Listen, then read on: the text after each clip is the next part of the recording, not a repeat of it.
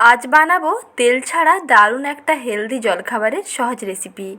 খেতে এতটাই দুর্দান্ত লাগবে আর এতটা হেলদি ও টেস্টি হয়, একবার খেলে বারবার খাবেন। আজকের রেসিপিতে বানিয়ে দেখাবো মুড়ির রুটি। রেসিপিটি একেবারে নতুনত্ব এবং বানিয়ে দেখুন, খেতে দেখবেন বেশ ভালো লাগবে। তেল ছাড়া এই রকম রুটিগুলো বানিয়ে দেখুন, খেতে বেশ মজাদার হয়। যেমন তুলোর মতো নরম তুলতুলে হবে, তেমন ভীষণ হেলদিও হবে আর ভীষণ বানানো সহজও হবে। উপকরণও খুবই কম লাগবে। খেলে পেট ভরবে কিন্তু মন ভরবে না, মনে হবে সবগুলোই খেয়ে ফেলি। দেখে নিন আজকের সহজ রেসিপি। মুড়ি রুটি বানাতে প্রথমে এখানে নিয়ে নিয়েছি 1 বাটি মুড়ি। আর মুড়িগুলোকে এইরকম জল দিয়ে ভিজিয়ে রেখে দেব। জল দেওয়ার সঙ্গে সঙ্গেই দেখবেন মুড়িগুলো বেশ সুন্দর নরম হয়ে যাবে। জল দিয়ে ভিজিয়ে প্রায় 2 মিনিট মতন সময় রেখে দিয়ে তারপরে মুড়িগুলোকে ব্লেন্ডারে পেস্ট করে নিতে হবে। প্রথমে মুড়িগুলোকে এইভাবে জল দিয়ে ভিজিয়ে নিলাম, তারপরে একটুখানি সময় রেখে দিচ্ছি যাতে মুড়িগুলো একটু নরম হয়ে যায়। কিছুক্ষণ পরেই দেখুন মুড়িগুলো বেশ সুন্দর নরম হয়ে গেছে আর জলটাও বেশ সুন্দর টেনে নিয়েছে। এখন এই মুড়িগুলোকে ব্লেন্ডারে ব্লেন্ড করে নেব। মিক্সার গ্রাইন্ডারে মুড়িগুলোকে দিয়ে দিলাম, সঙ্গে দিচ্ছি সেই মুড়ি ধোয়া জল। সব কিছুকে ভালো করে মিশিয়ে নিয়ে ব্লেন্ড করে নিলেই একটা ক্রিমি পেস্ট রেডি হয়ে যাবে। সময় কিন্তু একটুও বেশি লাগবে না, অল্প সময়ের মধ্যে দেখবেন খুব সুন্দরভাবে বাটা হয়ে যাবে। কিছুক্ষণ পরে দেখুন মিশ্রণটা একেবারে রেডি। মুড়ির পেস্ট একেবারে রেডি করে নিয়েছি। এখন একটা বাটির মধ্যে নিয়ে নিচ্ছি। আর মিক্সার গ্রাইন্ডার ধুয়ে অল্প একটু জলও এর সঙ্গে মিশিয়ে নিতে পারেন। যদি মিশ্রণটা একটু ঘন মনে হয় তাহলে অবশ্যই একটু অল্প জল মিশিয়ে নিতে পারেন। আর যদি পাতলা থাকে তাহলে কিন্তু মেশানোর প্রয়োজন নেই। দেখুন এই রকম ঘনত্বের থাকবে। এখন এর সঙ্গে মিশিয়ে নেব অল্প একটু চাল বাটা। তার জন্য এই গোবিন্দভোগ চাল কিছুক্ষণ পর্যন্ত জল দিয়ে ভিজিয়ে নিয়েছিলাম। মোটামুটি ধরুন 30 থেকে 40 মিনিট মতো গোবিন্দভোগ চালগুলোকে জল দিয়ে ভিজিয়ে নিয়েছি। চালগুলো বেশ সুন্দর ফুলে নরম হয়ে গেছে। এখন এগুলোকে ব্লেন্ডারে নিয়ে নিচ্ছি। 2 মুঠো গোবিন্দভোগ চাল নিলাম, সঙ্গে দিচ্ছি অল্প একটু জল। মুড়ি যদি 1 বাটি নেন তাহলে 2 মুঠো গোবিন্দভোগ চাল দিয়ে ভালো করে পেস্ট করে নিন। তাহলে মিশ্রণের ব্যালেন্সটা ঠিকঠাক হবে এবং রুটির টেস্টটাও দুর্দান্ত হবে। শুধু মুড়ি দিয়ে রুটি বানাতে গেলে কিন্তু কড়াইতে আটকে যাবে, বানানোর সময় অসুবিধে হবে। তাই শুধু মুড়ি দিয়ে না বানিয়ে অল্প এইরকম একটু চাল বাটা দিয়ে দেখুন, টেস্টও দুর্দান্ত হবে আর বানানো অনেক সহজ হয়ে যাবে। মুড়ির সেই পেস্টের সঙ্গে চালের পেস্টও মিশিয়ে নিলাম। চাল বাটাটা মিশিয়ে নিয়ে এর মধ্যে দিয়ে দিচ্ছি অল্প একটু জোয়ান। জোয়ান দিলে টেস্টটা দেখবেন দুর্দান্ত হবে।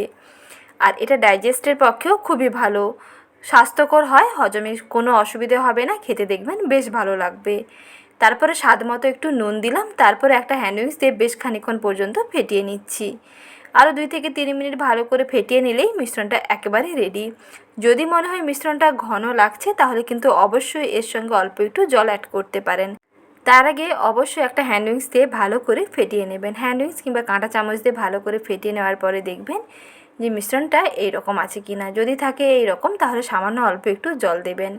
একেবারে নামমাত্র সামান্য একটু মিক্সচার গ্রাইন্ডারটা ধুয়ে জল দিয়ে দিলেই মিশ্রণটা একেবারে ঠিকঠাক থাকবে। আর যেহেতু মুড়ির মধ্যে একটা নুন থাকে তাই এটা কিন্তু নুনটা বুঝে দেবেন। সামান্য 1 চিমটে নুন দেবেন, না হলে কিন্তু নুনের পরিমাণ বেশি হয়ে যাবে।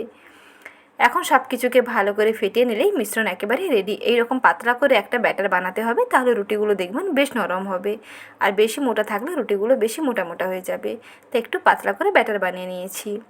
তারপরে একটা তাওয়াকে গ্যাস ওভেনের মধ্যে বসিয়ে তাওয়াটাকে মিডিয়াম আঁচে গরম করে নিয়েছি। 1 হাতা ব্যাটার দিয়ে এইভাবে রুটির মতন স্প্রেড করে দিচ্ছি। যতটা পাতলা করে নেওয়া সম্ভব ততটা পাতলা করে নেবেন। তারপরে একটা ঢাকনা দিয়ে ঢেকে প্রায় 25 থেকে 30 সেকেন্ড অপেক্ষা করতে হবে। 30 সেকেন্ড পরেই দেখবেন উপরটা বেশ সুন্দর ড্রাই হয়ে আসবে আর সাইডগুলো এইরকম ছেড়ে আসবে, কড়াই থেকে ছেড়ে যাবে। তাহলেই বুঝতে পারবেন যে রুটিটা একেবারে রেডি। আবারও সে পাশটাকে একটু ভেজে নিচ্ছি যাতে খেতে আরও বেশি ভালো লাগে। ঠিক একইভাবে আরও একটি রুটি বানিয়ে নিচ্ছি, তবে একই ব্যাটার থেকে আপনি 2 রকমের রুটি বানাতে পারেন। এটা দেখুন খুবই জালিদার হবে, কারণ এখানে তাওয়ার হিটটা বা গ্যাসের ফ্লেমের আঁচটাকে বাড়ানো হয়ে আছে। তাই হাই হিটে যদি ব্যাটারটা দেন তাহলে দেখবেন এইরকম জালিদার হবে। আর গ্যাসের ফ্লেম যদি লোতে থাকে তারপরে যদি তাওয়াতে ব্যাটার দেন তাহলে কিন্তু এইরকম ছিদ্রযুক্ত হবে না। তাই যেরকম পছন্দ হয় সেই রকম করে রুটি বানিয়ে নিতে পারেন। এইরকম ছিদ্রযুক্তও বানাতে পারেন, আর না হলে এইরকম মসৃণ গায়েরও বানাতে পারেন। আর দুটো করে রুটি বানিয়ে নেওয়ার পরে অল্প একটু জল ছিটিয়ে একটা সুতির কাপড় দিয়ে জলটাকে মুছে নেবেন। তারপরে এক হাতা করে ব্যাটার দিয়ে এইরকম রুটির মতন বানিয়ে নিয়ে তারপরে কিছুক্ষণ ঢাকনা দিয়ে অপেক্ষা করবেন। রেডি হয়ে যাবে মুড়ি রুটি। খেতে দুর্দান্ত হবে। আর প্রতিটা রুটি হবে তুলোর মতো নরম তুলতুলে। এই রুটিগুলো বানাতে এক ফোঁটাও তেল লাগবে না। তেল ছাড়া দারুণ হেলদি একটি টিফিন। প্রতিদিন একঘেয়ে মুড়ি না খেয়ে এইভাবে একবার মুড়ি রুটি বানিয়ে দেখতে পারেন। সকালের জলখাবারে এইরকম একটা হালকা ফুলকা রেসিপি থাকলে খেতে বেশ ভালো লাগবে। এটা আপনি যে কোনো শুকনো শুকনো আলুর তরকারি কিংবা এইরকম ঘুগনির সঙ্গেও পরিবেশন করে খেতে পারেন। খেতে বেশ ভালো লাগবে। একটি খেলে আর একটি খেতে চাইবেন। খেলে দেখবেন মন ভরে যাবে। দেখুন কত তুলোর মতো নরম হয়েছে। যেমন নরম হয় তেমন টেস্টি হয় আর তেমন হেলদি হয়। রেসিপিটি ভালো লেগে থাকলে প্লিজ একটি লাইক করবেন। আর অবশ্যই কিন্তু বাড়িতে ট্রাই করুন। খেতে দেখবেন বেশ ভালো লাগবে। আর সহজ রেসিপিগুলো সময় মতন পাওয়ার জন্য বেল আইকনটি প্রেস করে রাখবেন। নতুন ভিডিওর আপডেট সবার আগে পেয়ে যাবেন। আজ এই পর্যন্ত। সবাই ভালো থাকবেন, সুস্থ থাকবেন। আবারও শীঘ্রই হাজির হচ্ছি নতুন রেসিপি নিয়ে। রেসিপি দেখার জন্য জানাই ধন্যবাদ।